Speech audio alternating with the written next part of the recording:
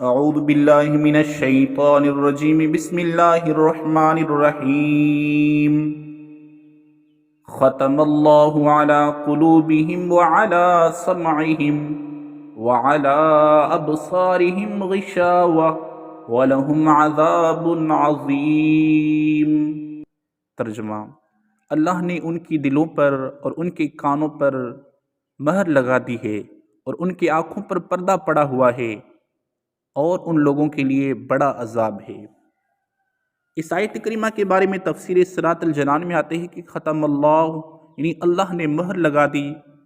ارشاد فرمایا کہ ان کافروں کا ایمان سے محروم رہنے کا سبب یہ ہے کہ اللہ نے ان کے دلوں اور کانوں پر مہر لگا دی، جس کی بنا پر یہ حق سمجھ ہی نہیں سکتے اور نہ ہی حق سن سکتے ہیں، نہ ہی اس سے نفع اٹھا سکتے ہیں، اور ان کی آنکھوں پر پردہ پڑا ہوا ہے، جس کی وجہ سے یہ اللہ تبارک و تعالیٰ کی آیتیں اور اس کی وحدانیت کے دلائل دیکھ نہیں سکتے۔ ان کے لیے آخرت میں بڑا عذاب ہے۔ بعض کافر ایمان سے محروم کیوں رہے؟ یہاں یہ بات یاد رکھیں کہ جو کافر ایمان سے محروم رہے ان پر ہدایت کی راہیں شروع سے بند نہ تھی، ورنہ تو اس بات کا بہانہ بنا سکتے ہیں، بلکہ اصل یہ ہے کہ ان کے کفر و عناد و سرکشی، بے دینی، حق کی مخالفت، انبیاء کرام علیہ السلام سے عداوت کی وجہ ان کے انجام کے طور پر ان کے دلوں اور کانوں پر مہر لگا دی اور آنکھوں پر پردے پڑ گئے۔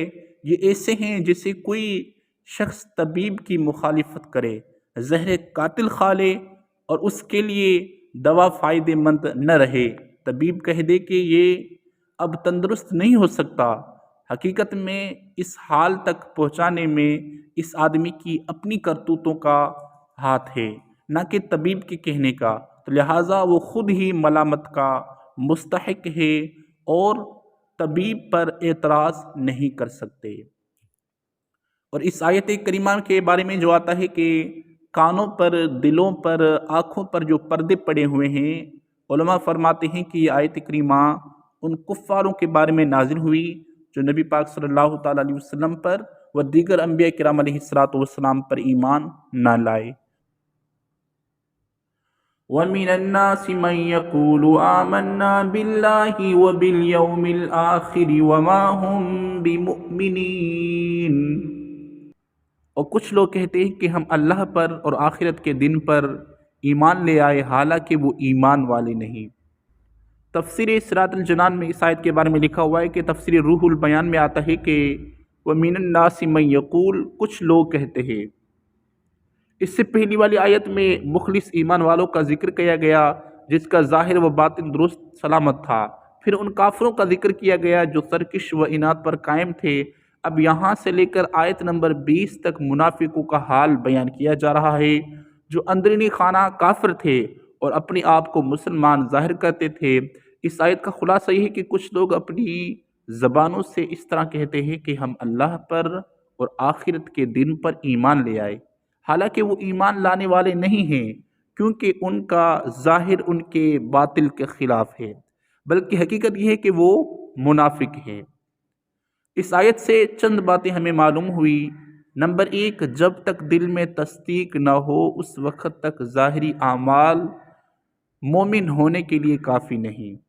نمبر 2، جو لوگ ایمان کا دعویٰ کرتے ہیں اور کفر کا اعتقاد رکھتے ہیں سب منافق ہیں۔ نمبر 3، یہ اسلام اور مسلمان کے لیے کھلے کافروں سے بھی زیادہ نقصان دہ ہے۔ وَمِنَ النَّاسِ، اور کچھ لوگ، منافقوں کے کچھ لوگ کہتے ہیں کہ اس کی بات کی طرف یہ اشارہ کیا گیا کہ وہ بہتر صفات اور انسانی کمالات سے ایک آر ہے۔ اس کا ذکر کسی وصف و خوبی کے ساتھ نہیں کیا جاتا، بلکہ یوں کہا جاتا ہے کہ کچھ لوگ، اسی لیے انبیاء کرام علیہ السلام کو محض انسان یا صرف بشر کے لفظ سے ذکر کرنے میں ان کے فضائل و کمالات کا انکار کا پہلو نکلتا ہے، تو لہٰذا اس سے اجتناب لازمی ہے۔ اگر آپ قرآن کریم کا مطالعہ کریں تو معلوم ہوگا کہ انبیاء کرام علیہ السلام کو صرف بشر کے لفظ سے ذکر کرنا کفار کا طریقہ ہے، جبکہ مسلمان انبیاء کرام علیہ السلام کا تذکرہ عظمت و شان سے کیا کرتے ہیں۔ اللہ تعالی ہمیں تمام انبیاء کرام علیہ الصلوۃ والسلام کی محبت اور آخرت اور تمام چیزوں پر ایمان نصیب فرمائے، اور ہمیشہ اس پر قائم رہ کر قیامت میں حضور کی شفاعت نصیب فرمائے۔ السلام علیکم ورحمۃ اللہ۔